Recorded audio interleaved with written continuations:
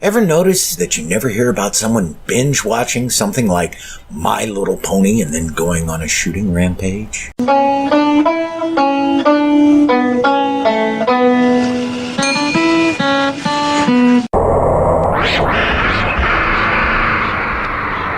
poor! Hey, poor! Hey, poor! You don't have to be poor anymore! Jesus is here! The loudspeaker spoke up and said, Christianity is stupid.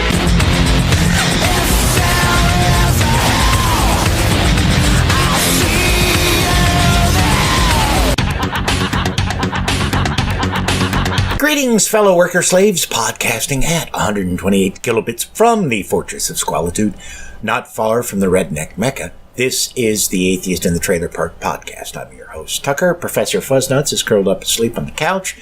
Ash is on my bed, and the new cat is under the bed. Yes, it's a podcast hosted by a guy and his cats. Get over it. This is a new show episode where I cover stories in the news that are related to things like atheism, secularism, science, or I find just plain interesting.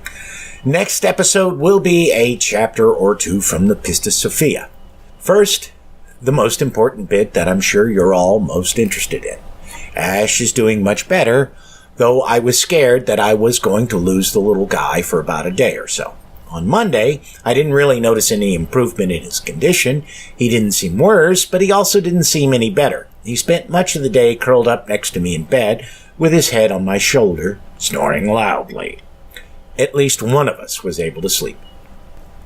On Wednesday, the vet called me to check up on how he was doing, and I told her that he was about the same.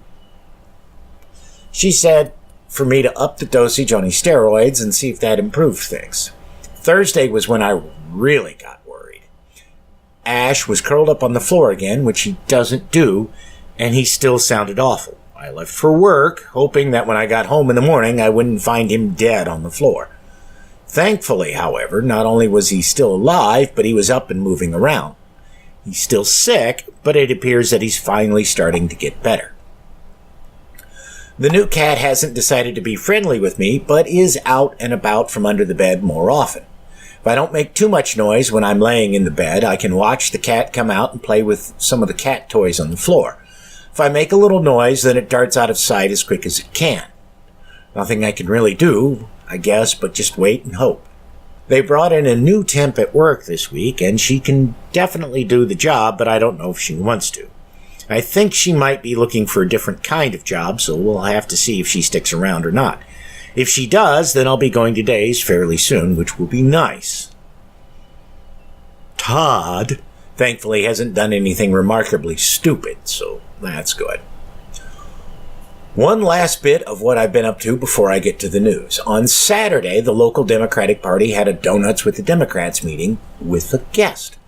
It was Justin Canoe, who, after unsuccessfully running for Marsha Blackburn's seat in Congress, decided to launch a news site for Tennessee. As he pointed out, there's a serious deficit in news coverage in Tennessee.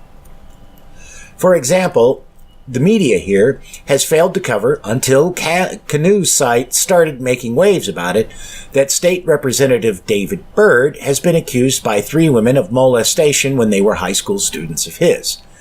In the wake of the news going public, Byrd hasn't been forced to resign his seat. Instead, the Speaker of the Tennessee House of Representatives has added Byrd to the Subcommittee on Education. Sort of like putting the Pope in charge of a daycare, if you ask me. Canoe's site, the Tennessee Holler, was the first to break the story and has videos of various people confronting members of the state assembly about Byrd. None of the assembly members would comment on Byrd. A few years ago, Tennessee had one of the most corrupt state governments in the country, so shining a light on what's happening there is rather important. I ask if you follow me on social media to also follow the Tennessee Holler and retweet and share the stories that they post. This will help drive up visibility of the site and maybe help educate some of the idiots in the state. I'll have a link in the show notes. The Republicans have their own version of the Tennessee Holler, which is a site called the Tennessee Star. It's operated by a conservative talk show host who refuses to disclose how he's paying for its $350,000 budget. And I don't remember if that's a month or a year. I cannot find the article which talked about it and interviewed him. Canoe's budget is far less, and he's paying for it from donations. I'm thinking that the Koch brothers, the Russians, or possibly the gay frogs who torment Alex Jones are the ones paying for the Tennessee Star. Okay, let's get to the news, and boy, was this week a horror show. Everybody needs something to believe in, don't they, Reverend? Bow down thine ear, O Lord, and hear me, for I am poor and needy. Preserve my soul, for I am holy. O thou my God, save thy servant that trusteth in thee. Save him from this big-mouthed coos with a motor-driven ass who... Forgive me, Lord. I speak not in vain, but this little bitch provokes me so. Oh, Jesus. At least I can stay in character. From VirginiaMercury.com, metalheads with kazoos drown out Westboro Baptist Church at Capitol.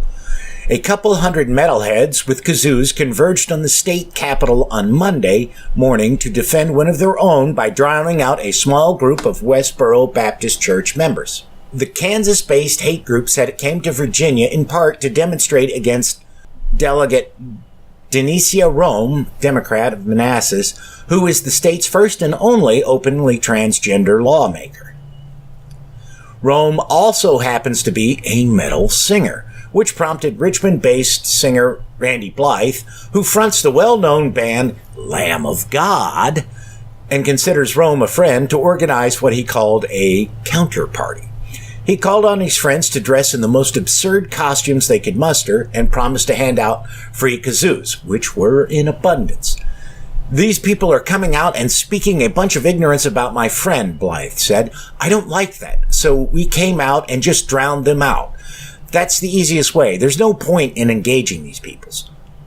The photos from the article are a glorious freak show of people in all kinds of costumes, singing and dancing.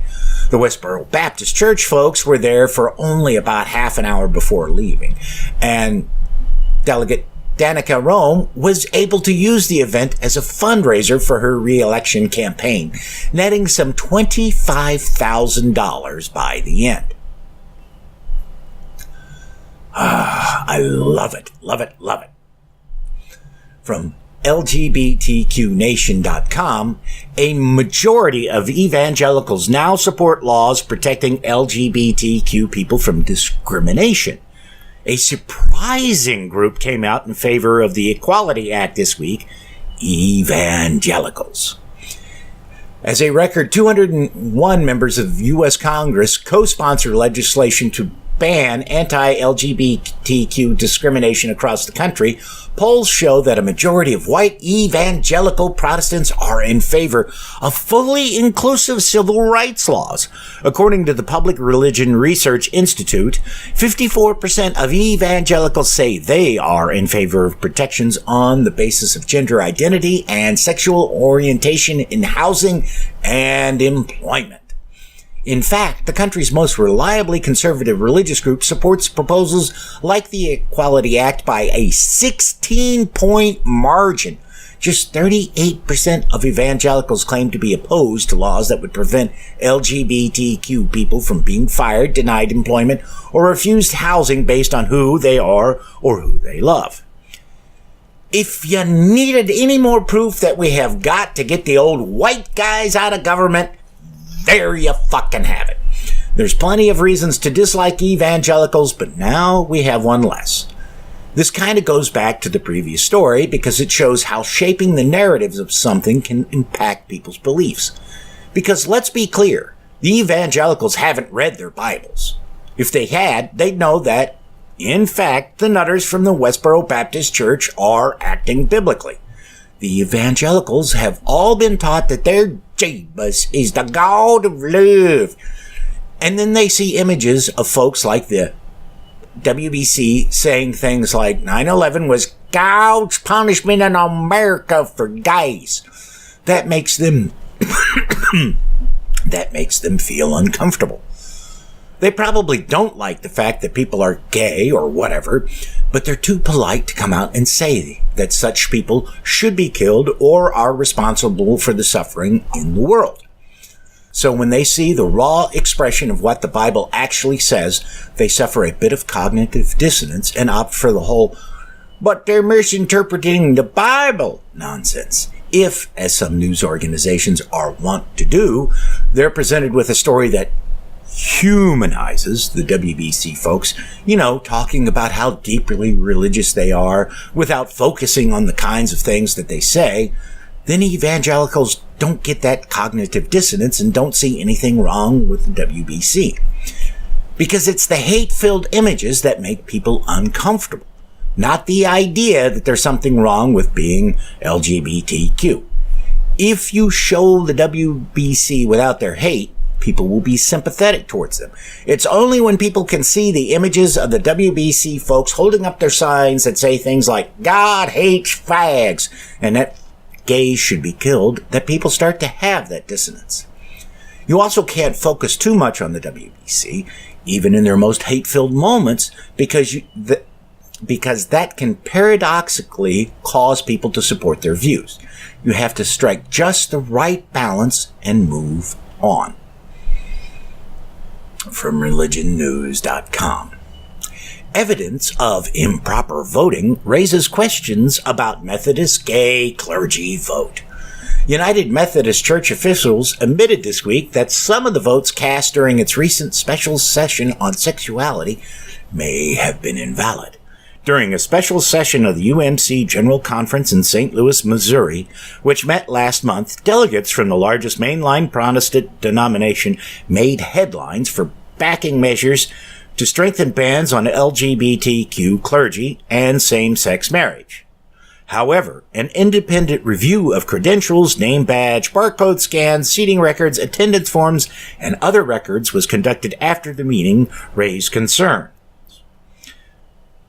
Upon completion of the review, it appears possible that a very limited number of ineligible persons who were correctly denied credentials by General Conference staff were later able to procure them. The UMC's Executive Committee of the Commission on the General Conference said in a statement released on Thursday, March 14th. But it remains unclear as to how, or even if, the church will respond to the reports of irregularities and whether church bodies properly handled other allegations of voting impropriety. Now, sadly, the number of fraudulent credentials isn't enough to cast doubt on the outcome of the vote. Other votes on similar matters, however, were decided by margins small enough that the fraudulent votes could shift the outcome. Additionally, there's been questions of vote buying in the election, as well as reports that investigations into the voting irregularities were improperly handled. So maybe the numbers aren't right at all. Even if it turns out that none of the shenanigans were enough to change the outcome, the fact that they happened and that the people entrusted to investigate such things didn't do their job could be enough to sow real dissent within the church.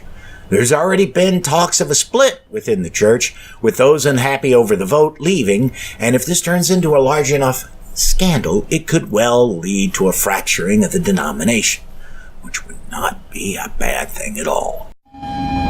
Do you know what history is, mate? It's layers. The Romans make a layer, the Saxons, the medievals, Georgians, Victorians, your mum, my mum. So we have to take a peek. From WTOP.com. Study of old slave quarters in Maryland leads to scientific breakthrough. The study of a 200-year-old clay tobacco pipe discovered in the slave quarters of an old Maryland plantation has led to a scientific breakthrough. The object was found at Belvoir, an 18th-century manor house off Generals Highway in Anne Arundel County, Maryland. Scientists found human DNA on the pipe and used it to determine that it was smoked by a woman. And although the DNA could not be linked to any living descendants, analysis did reveal something about the smoker's ancestry. Using modern DNA databases, it was found the person that smoked that particular tobacco pipe was most genetically similar to the Mende of Sierra Leone in West Africa, said Julie Shablitsky, chief archaeologist with the Maryland Department of Transportation State Highway Administration. There was someone there of African ancestry living there, working there, and she left a piece of herself behind for us to find. I don't have access to the original journal articles, so I don't know how they dated the pipe. Depending upon the methods used, it could have a margin of error that puts the date on one or the other side of the Civil War. Regardless, it's important to remember that the woman this pipe would have belonged to was a slave, and even after the Civil War, she wouldn't have had near the number of freedoms, such as they were, that a white woman of the same time period would have. Potentially, this was a clandestinely owned pipe, which would have been packed with stolen tobacco as a quiet fuck you to the slave owner. Unless they're able to track down modern descendants of this woman, and those people have a written family history which goes back far enough to be able to identify who she was, we'll never know what the story behind her smoking the pipe was. And I want to point out that the slave aspect is very important, because let's say that the error margins on the dating method were enough that this pipe was there in like 1870. Okay?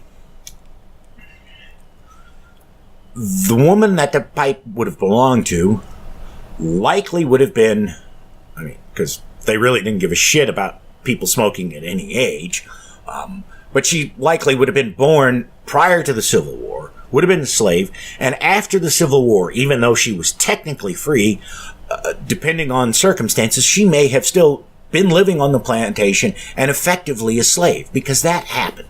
They don't like to talk about that, but yeah, that still fucking happened. Even though the slaves were freed, their lives were, in a lot of cases, no better. So, this is a story that pulls at your heart when you realize that,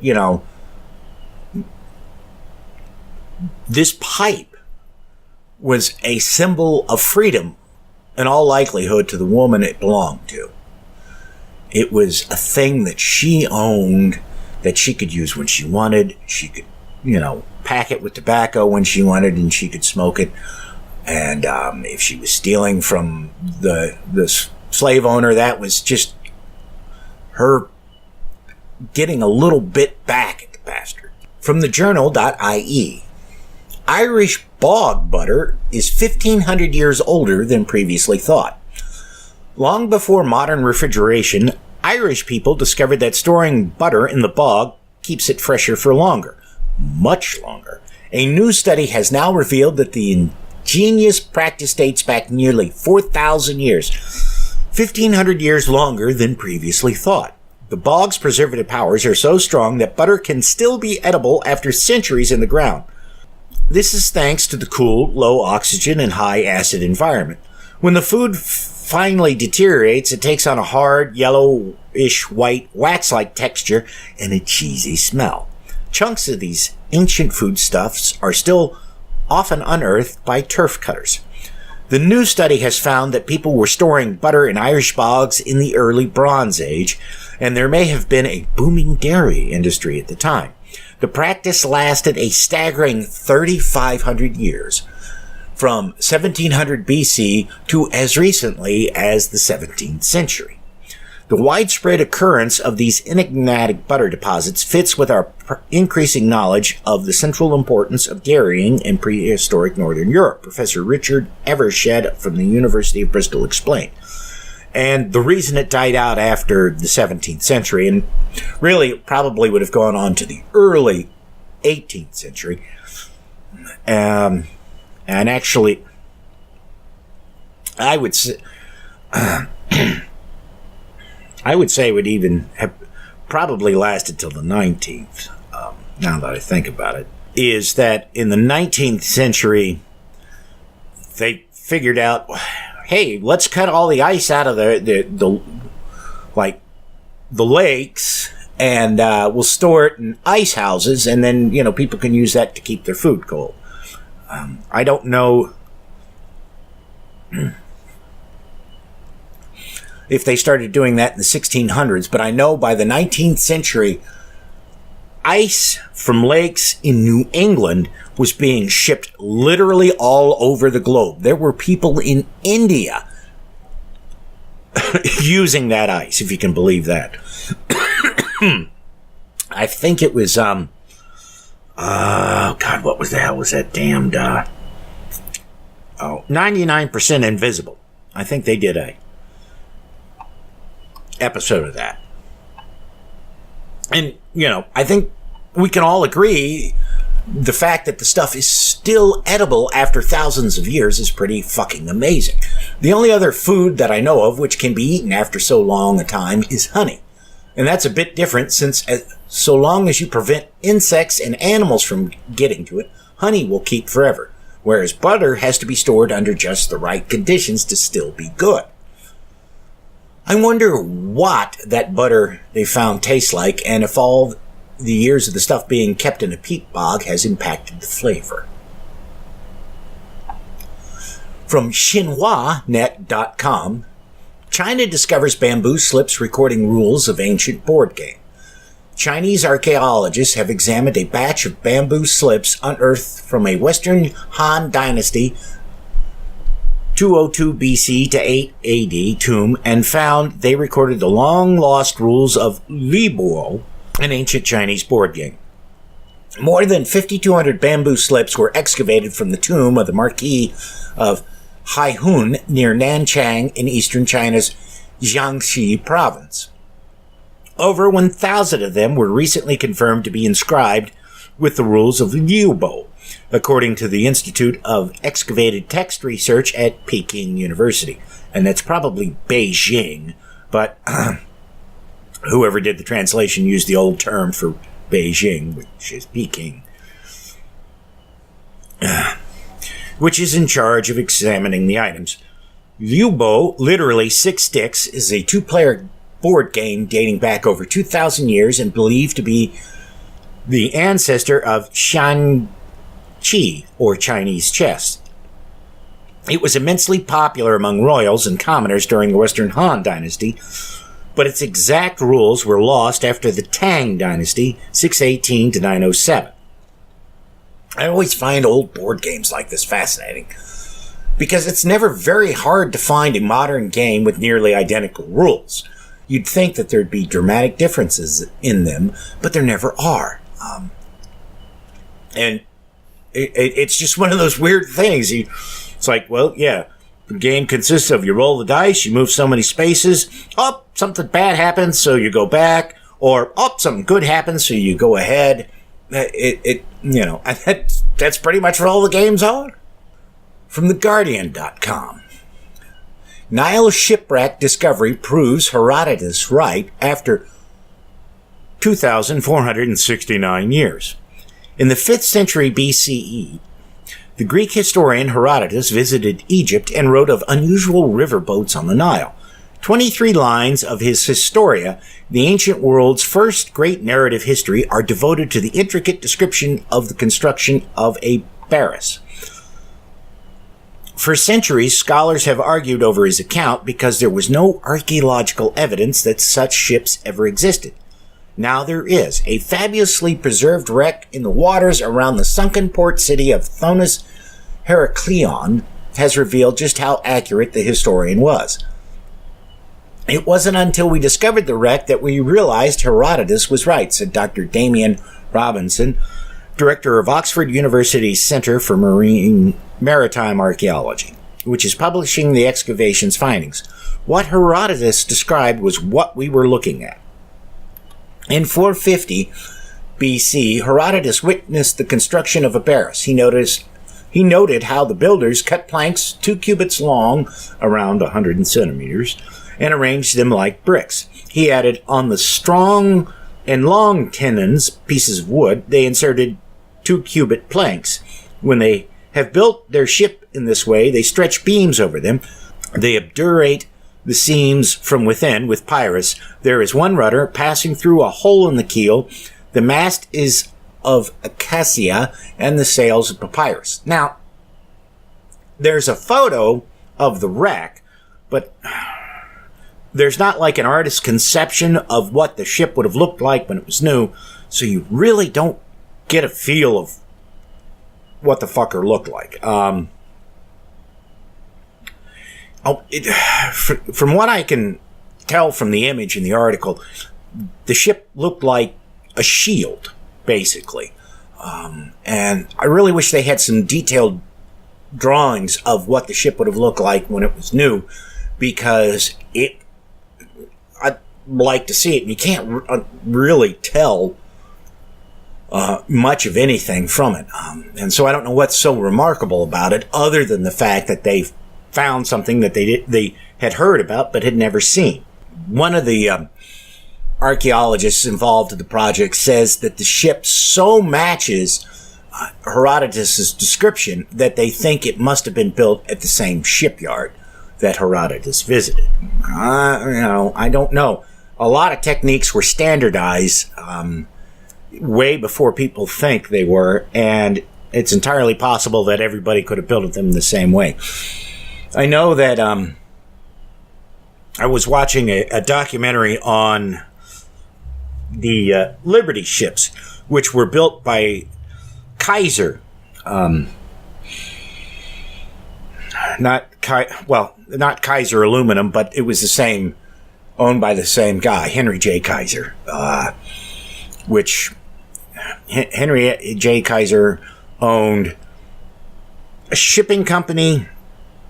He owned Kaiser Aluminum, and he started Kaiser Permanente, amongst other things. He also had a car company after the war, but that's another long story, which I won't get into right now.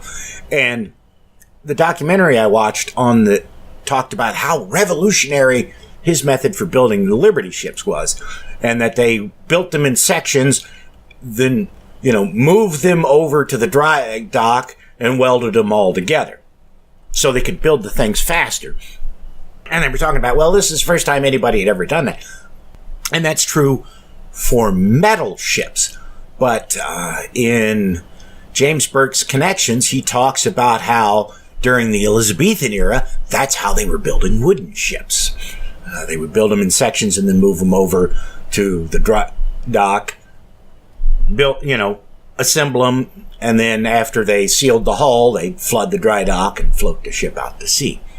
So it would be interesting to see with the reconstruction if there's not something valuable about the design of the ship that we could learn for building ones today. But without, I can't make a guess based on what they have in the article. Maybe somebody out there who knows more about boats and ships than me can do that. Ah, Kirk, my old friend. Do you know the Klingon proverb that tells us revenge is a dish that is best served cold? It is very cold in space. From BBC.com. And what would be one of the largest stories of the week if it hadn't been for some other things? U.S. detects huge meteor explosion. A huge fireball exploded in the Earth's atmosphere in December, according to NASA. The blast was the second largest of its kind in 30 years, and the biggest since the fireball over Chelyabinsk in Russia 6 years ago. But it went largely unnoticed until now because it blew up over the Bering Sea off Russia's Kamchatka Peninsula. The space rock exploded with 10 times the energy released by the Hiroshima atomic bomb. Lindley Johnson, a planetary defense officer at NASA, told BBC News that a fireball this big is only expected about 2 or 3 times every 100 years. I have to point out that that estimate is based on very limited data. The article goes on to point out that NASA has been tasked with mapping all the potential asteroids that could whack the Earth and pose a threat to it when they hit. It's expected to take 30 fucking years for them to be able to do that. Now, without having an accurate map of the asteroids out there, knowing what their orbits are, you can't make a really precise estimate of how often it happens. You can go by written accounts and say, well, every 100 years we get one of these things, or however many years, we get one of these things going off. But that doesn't mean anything, because there's going to be a lot of places in the world, like the Bering Sea or the ocean, where nobody was around to record them. There's going to be other places where people would have noticed it, but the records didn't get saved, or they didn't write it down, or they had no fucking idea what it was. Go back to, in the original Cosmos series, it talks about how there was, an explosion on the moon. And it now turns out that no, it wasn't an explosion on the moon. Guys who reported that saw a meteor. So, we can't really rely on historical records too much, because we just, the people who recorded a lot of them, if they were around and they wrote it down, may not have accurately represented what happened. And, there were people say, well, there's no point in worrying about it. We couldn't do anything about it. But take the Chelyabinsk explosion that happened 6 years ago. As I recall, something like 1,000 people were injured because they heard a very loud bang and a flash of bright light and went to the windows of the buildings to look out. Well, then the shockwave hit and blew the windows out, and they all got hit with flying glass and debris and injured that way. Just being able to tell those people, hey, this thing's going to hit, it's going to be in your area, and it's going to be about this time. So if you hear a loud bang, stay away from any windows, for at least 10 minutes or however long. That would have prevented 1,000 people from being injured. And if we get a larger one and it goes off over the wrong place at the wrong time, well, let's say one of them hits India or Pakistan. How likely are they, with all the hot tensions they've got going on right now between those two countries, how likely are they to say, well, let's wait and see if it was a nuke before we do anything in response? They may just go off on one another, and it doesn't have to be a nuclear war. They could conventionally fight each other, and it still would be a bad thing. Again, the size of the things matter, where they hit matter, and we really need to know this. Because, hey, if we spot one and we know it's 6 months, it's going to hit somewhere in North America, in the Northeast, we can have things in place to evacuate people, to prepare people. So everybody knows, okay, let's get, we're going to have to get out of here. And as the, meteor gets closer, the asteroid gets closer to the Earth, they'll be able to more accurately predict where and when it's going to hit. So, we don't have to worry about, say, evacuating all of New England, unless that fucker's just giant, at which point, if you're going to evacuate New England, we could better be digging up Bruce Willis and firing him into space. But we can say, okay, it's going to hit in Bangor, Maine, for example. Well, we know to evacuate Bangor, Maine at that point in time. We don't have to worry about evacuating all of Maine or anything else. And there's no surprise at the very least. Ideally, we'd have a government where, people in charge cared about everybody else and, were competent, and so they could pre-position things, stuff like that. But, we need to know this shit. And that was a scare that we got here. And it's hinted at, but not explicitly said in the article, so I will go ahead and say it. This was detected by the U.S. government's monitoring devices for nuclear tests. That's how they found it. And it happened on December 18th. Well, if you think back to December 18th, what was going on at that time? Everybody was getting ready for the government to shut down. So, potentially, we could have really screwed ourselves. by that bullshit government shutdown because somebody wants a wall that won't do any fucking good. So, you know, not that we need any more reasons to get the tangerine tyrant out of there, but we got one. From Teslarati.com. SpaceX's first orbital Starship begins assembly as steel heat shield passes tests. SpaceX CEO Elon Musk says that the company's South Texas workforce has already begun to fabricate the first orbital-class Starship prototype, while Hawthorne engineers and technicians are in the midst of performing small-scale testing of the vehicle's unprecedented stainless steel heat shield. To be assembled out of hexagonal tiles of presumably stainless steel, Starship's metallic heat shield will be one of the most crucial aspects of the orbital spacecraft, particularly with respect to ensuring that it's extraordinarily easy to reuse.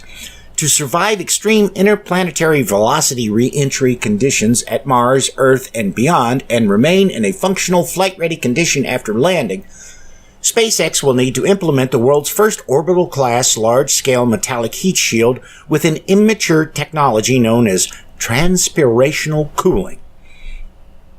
By literally drilling tiny holes into heat shield plates at the hottest parts of Starship's hull, transpirational cooling effectively allows a large portion of the heat of re-entry to be wicked away by the flash evaporation of a liquid, typically water. For SpaceX's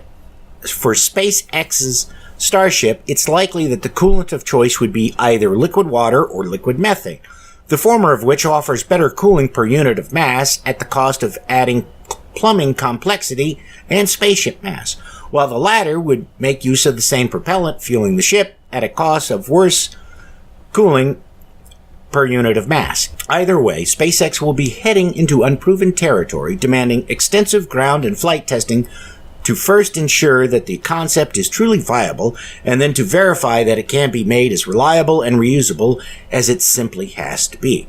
Now, I have a number of questions about this. The article talks about how it's 300 series stainless steel. I have a lot of experience working with 300 series stainless steel. Heat does really funny things to 300 series stainless steel. So, this thing is going to get warm. Even with the cooling, it's going to get warm. That's going to change the characteristics of the steel, in all likelihood. There may be some 300 series that I'm not familiar with where those changes don't happen. But so far as I know, they all do. Which,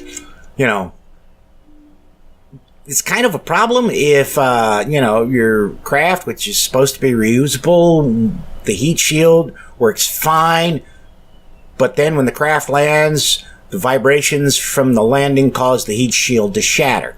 And I really don't like the idea of them using liquid methane, because methane is a greenhouse gas and we don't need to be pumping any more of that into the atmosphere. And methane is, it has more impact on the atmosphere than carbon dioxide does. So, we really don't need to be pumping more of that in the atmosphere. In fact, we need to be finding ways of getting methane off the planet, because there is so much methane stored in methane seeps and in places like the permafrost that gets released, and we're pretty much fucked. Greetings, my friend. We are all interested in the future, for that is where you and I are going to spend the rest of our lives. And remember, my friend, future events such as these will affect you in the future. From TheGuardian.com. Sharp rise in Arctic temperatures now inevitable. UN. Sharp and potentially devastating temperature rises of 3 degrees Celsius to 5 degrees Celsius in the Arctic are now inevitable, even if the world succeeds in cutting greenhouse gas emissions in line with the Paris Agreement, research has found. Winter temperatures at the North Pole are likely to rise by at least 3 degrees Celsius above pre-industrial levels by mid-century. And there could be further rises between 5 degrees Celsius and 9 degrees Celsius above the recent average for the region, according to the UN. Such changes would result in rapidly melting ice and permafrost, leading to sea level rises and potentially even more destructive levels of warming. Scientists fear Arctic heating could trigger a climate tipping point as melting permafrost releases the powerful greenhouse gas methane into the atmosphere, which in turn could create a runaway warming effect. Now, this really should have been the biggest fucking story of the week. Period. Because effectively it's saying that we're boned. And now I saw, and I can't find it again. I've looked, I spent like an hour or so looking for the thing. An article which was by it was a research institute, and carbon was in the URL somewhere, but my browser doesn't have that URL stored. I can't find it by doing a Google search, or anything like that. But that article basically said that the news accounts of this are slightly overblown and that there were some inaccuracies in the UN report based on the original scientific papers that the UN report cited. I can't find it. And the article I read was really complicated and just, I couldn't make heads nor tails out of it. But it did agree that, yeah, there's going to be problems. And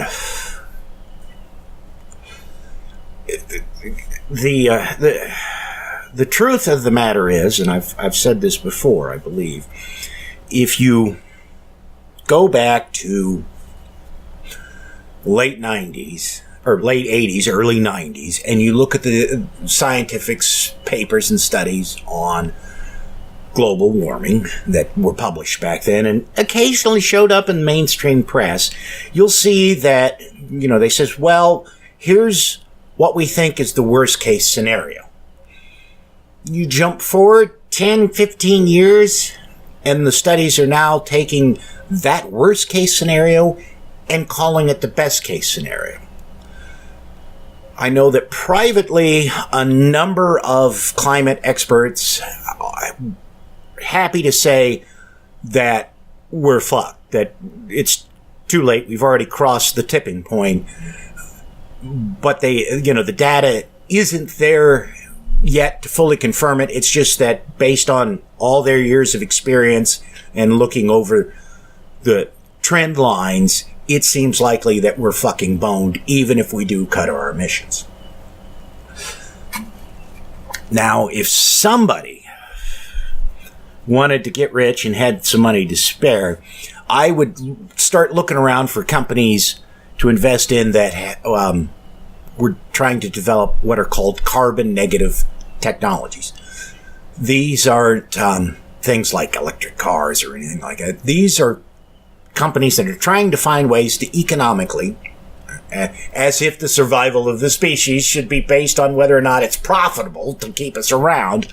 But they should, the idea behind the technologies is that they suck carbon out of the atmosphere and sequester it somehow, convert it into basically blocks of carbon, which can be buried underground or in the ocean or somewhere where they won't get into the atmosphere. That is going to be what's necessary for our survival. I'm firmly convinced, and honestly, I'm just waiting for the scientists out there to admit that.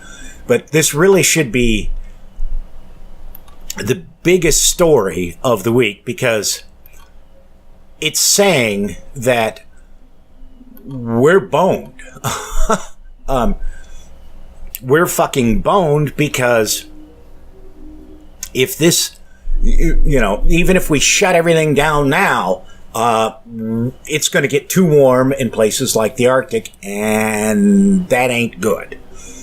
But we know the U.S. isn't going to do anything about it, and we're one of the largest emitters out there of CO2. So if we're not going to do anything about it, everybody else is going to have to work that much harder at fixing things, which again goes back to my saying that we need the carbon negative technology. He'll bring them death, and they will love him for it. Okay, by now I don't have to tell you all that some lunatic decided to go up and shoot a couple of mosques in New Zealand, and around 50 people are dead, with I don't know how many more injured. Of course, I will not be mentioning the asshole's name, because I don't want to give people like that attention. Things I want to point out. That, first of all, there's an article in The Atlantic worth checking out. Of course, I'll have links in the show note. The Shooter's Manifesto was designed to troll. In the hours after the horrific mass shootings at 2 mosques in Christchurch, New Zealand, people desperately searched the internet for any sign of a motive or meaning behind the attack. Early Friday, a number of unverified social media posts surfaced along with a bizarre manifesto posted to 8chan, rich with irony and references to memes. Together, the post suggests that every aspect of the shootings was designed to gain maximum attention online, in part by baiting the media. The shooter live-streamed the attack itself on Facebook, and the video was quickly shared across YouTube, Twitter, and Instagram. Before committing the act, he shouted, "Remember, lads, subscribe to PewDiePie," a reference to Felix Kjellberg, who runs YouTube's most subscribed to channel. The phrase itself is a meme started by PewDiePie's fans, and its goal is to be reprinted. Let me stop you here. Kjellberg, who has previously found himself embroiled in controversy over alleged anti-Semitism, let's not be polite about this. It was fucking anti-Semitism. He paid homeless people to hold up signs that had Nazi slogans and racial slurs against Jews on them. But he disavowed the shooting on Twitter Friday morning. "I just heard the news of the devastating reports from New Zealand, Christchurch. I feel absolutely sickened having my name uttered by this person. My heart and thoughts go out to the victims, families, and everyone affected by this tragedy," he wrote. By forcing Kjellberg to acknowledge the attack, the shooter succeeded in further spreading the word about the crime to Kjellberg's tens of millions of followers. And it goes on from there. Essentially, if you're a bit of a nutbag, you could say that, well, this guy's manifesto should be discounted completely as behind his motivations. No. That's not true at all. It can't be discounted because he deliberately shaped his manifesto to get the maximum attention, because this is what he wanted. That's why he shot up a fucking mosque. This guy's a sick fuck. He's obviously Islamophobic, racist, xenophobic, and just about any other thing you want to throw at it. But what he's done is he SEO'd, search engine optimization, his killing spree. And there is a huge problem in the tech industry, which I will address on a future episode, that they're unwilling, not unable, they're unwilling to address, because their goal is not value from their services.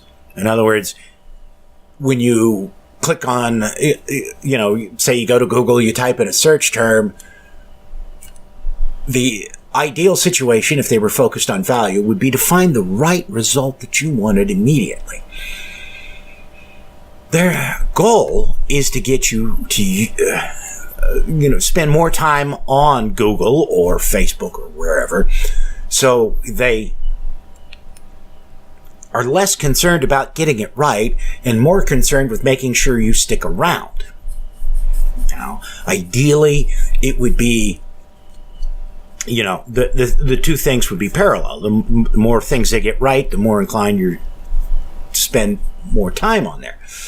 But eventually you start hitting the point of diminishing returns where you're at the limits of the technological ability, so you can't drive your numbers up. But Wall Street demands the numbers go up. So what do? You shift things around and you change them so you artificially inflate the numbers. And, horrifically, the sweet potato, horrifically, the Tangerine Tyrant had a really shitty response to this. Forget the fact that the manifesto made references to Trump. When a situation like this happens, it's really easy to express sympathy. And he fucking blew it.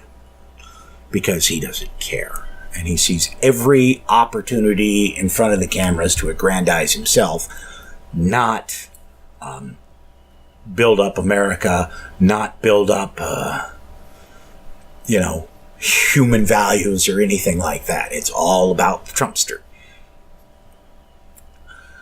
And there was and I don't remember the guy's name, wouldn't tell it if I could. There was an Australian politician who basically came out and said, well, they got what they deserved. And in response to this, a 14-year-old boy hit him with an egg. And then promptly had the shit beat out of him by that politician's security guards. And there is a Australian legal blog that somebody posted a link to, and I will have this in the show notes, which discusses the legality of the Australian politician's bodyguard's response to the kid whacking him with the egg. The blog, which is run by lawyers, basically says he needs to be charged with assaulting that little kid. Well, not little, because he was 14, but the kid was definitely smaller than the politician, and the politician overreacted and was a brutal thug when he hit the kid, and then, his bodyguards, tackled the kid and hit him a bunch of times. It has also inspired other people to follow suit. A girl, I don't know her name, I just found there's a tweet with the video of it from somebody in Brazil. A girl egged the Brazilian president, who is, as I pointed out before, their version of Trump. And let me point out that in what should not be a shocking turn of events, the Prime Minister of New Zealand, an atheist, came out after the shooting and said, we're going to ban these guns. Civilians do not need these guns.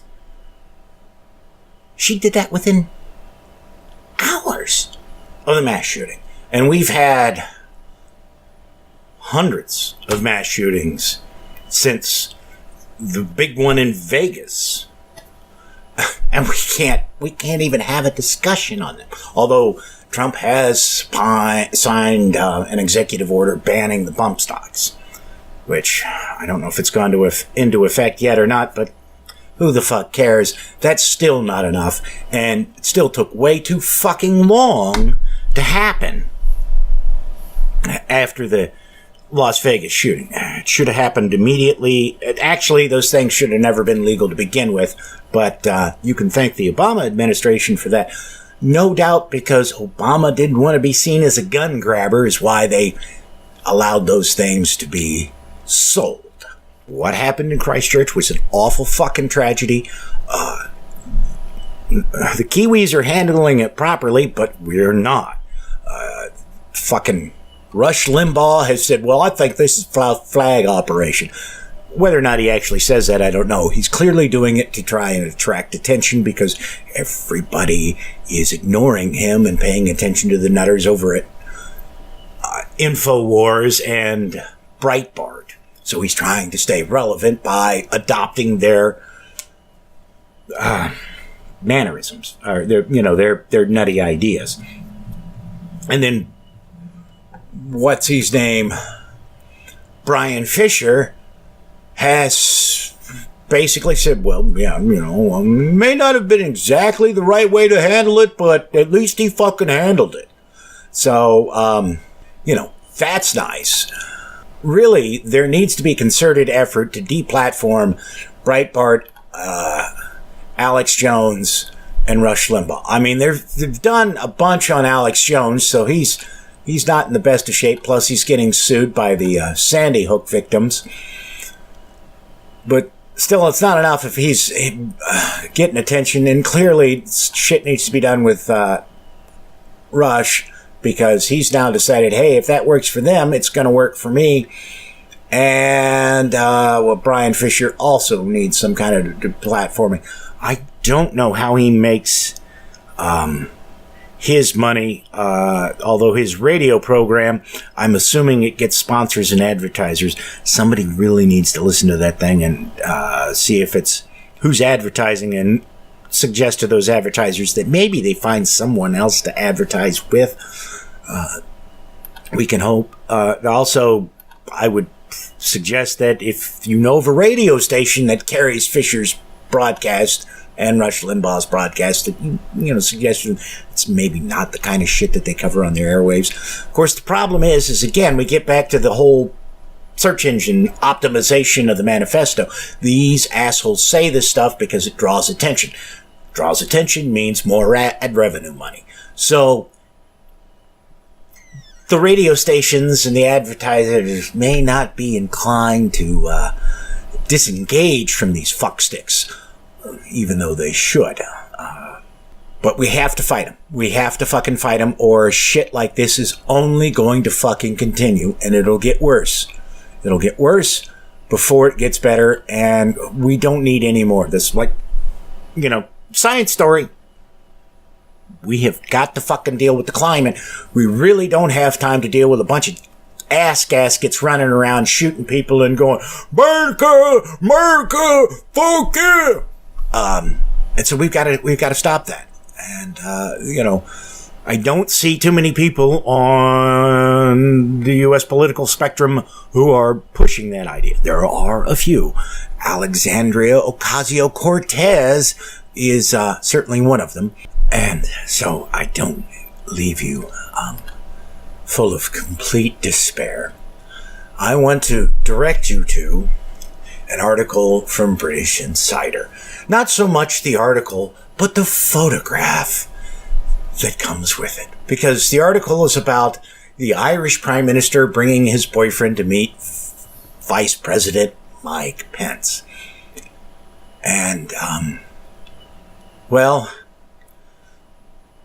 the expression on Mike Pence's face in the photo as he's looking at Irish Prime Minister Leo Varadkar. Well, that's a fucking Irish last name if I've ever heard one. Varadkar's boyfriend is Matt Barrett. And Pence is definitely giving him the old eye-humping side eye in the picture. He definitely thinks dude is something special. And, I know. Oh, hell with it. I'm not gonna try to justify or anything. I just look at the fucking picture.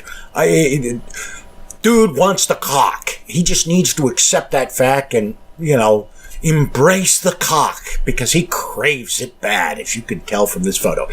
And, Pence's wife, boy, she's got that Stepford Wives grin on her face. Oh, they're a pair. But I will. Got to get out of here, so I will talk to you next week. It will be the Pistis Sophia, unfortunately. I'm not sure if I'm going to have Skullbeard or not. We were supposed to try and record some this week because he's got some personal matters he has to deal with here in the near future.